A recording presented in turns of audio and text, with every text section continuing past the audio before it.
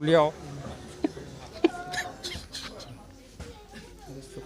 Gaसै साहित्य सभानि मानगोनां दैदेनगिरि नोंथांमोन लोगोसे गासै बर' फरायसा आफादनि दैदेनगिरि नोंथांमोनखौ आं बै न'खरनि जानानै आं खुलुमहरनाय जाबाय। दाथ' बिथाङाथ' हमना ला मैया 5टायाव लागै थिगैनो दंमोन। सिगांखै न'नि सिगांखै जिरायनानै बयजोंबो रायज्लायदों मोजाङै सावरायलायदों। ओमफ्राय गामिनि मानसिफोरखौबो एसे मोजाङैनो माने माथो होलायनाय बायदि जादों। मिथिनाय हिसाबैथ' बिथाङा थारमाने मैया सानसे आं नुनाय हिसाबै सोरखौबा फन खालामदोंमोन। बे सोरखौ फन खालामदों मिथिया बिथाङा फुङावबो खालामदोंमोन ओमफ्राय बेलासियाव लागै खालामदों।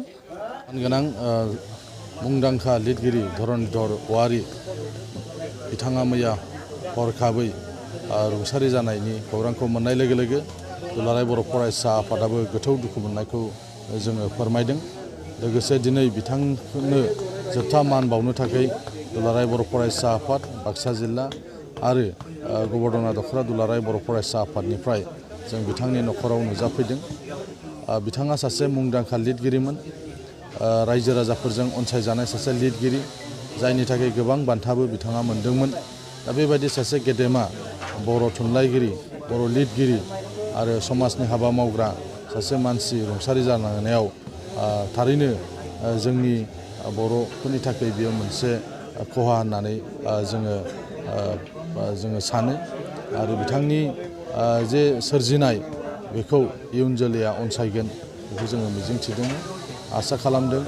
बिथांनि जिफोर मावनो थालांनाय आद्रा जि हाबाफारिफोर बे हाबाफारिफोरखौ बिथांनि जे लिरनाय बे लिरनायनि गेजेरजों रायजो राजाफ्रा बुजिनो हागोन बेखौनो मोनदांथिदों। दिनैनि बे दुखुनि समाव दुलाराय बर' फरायसा आफादनिफ्राय बिथांमोननि न'खरनिसिम आरो रायजो राजाफोरनिसिम जोंनि दुखु मोननायखौ जोङो फोरमायो।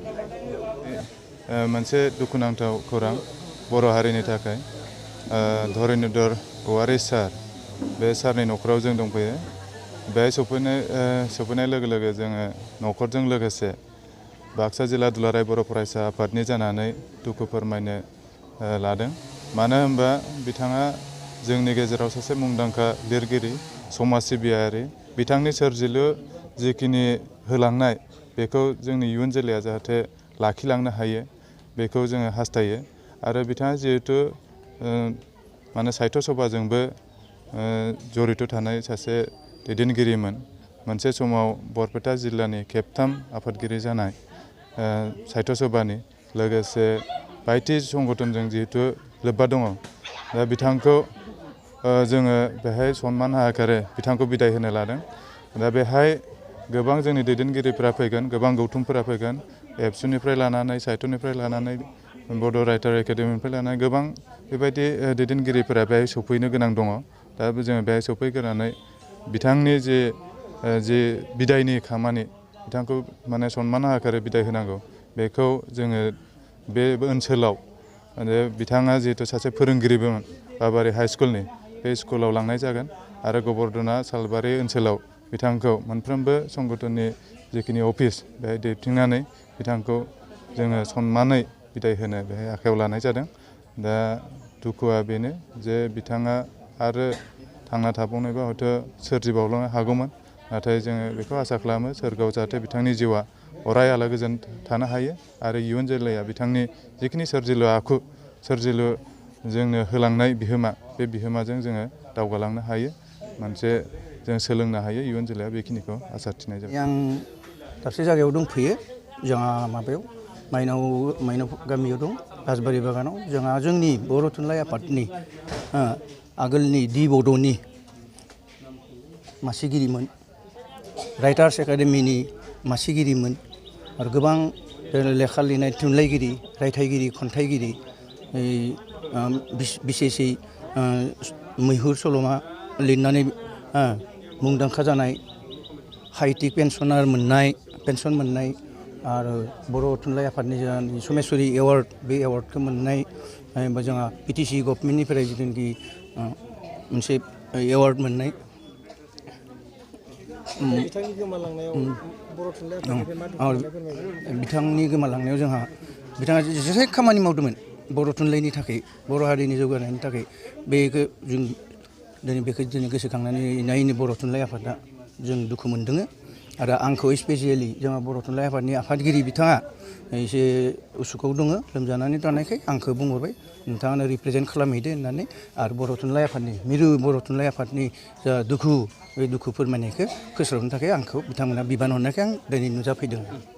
आं सालबारि जिल्ला बर' थुनलाइ आफादनि आफादगिरि डम्बरुधर बसुमतारी रुंसारि मानगोनां धरनीधर औवारी सारनि नैबे दुखुथिया न'खराव जों दंफैयो।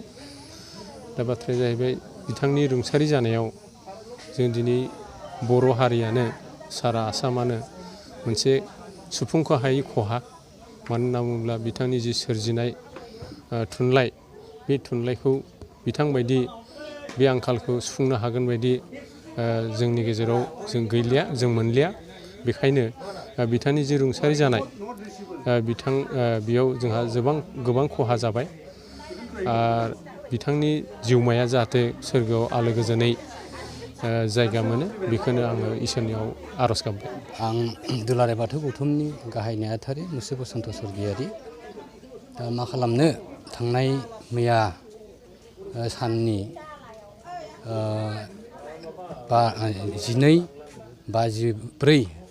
12:54 आंखौ फन खालामदोंमोन बिथां औवारी सारा।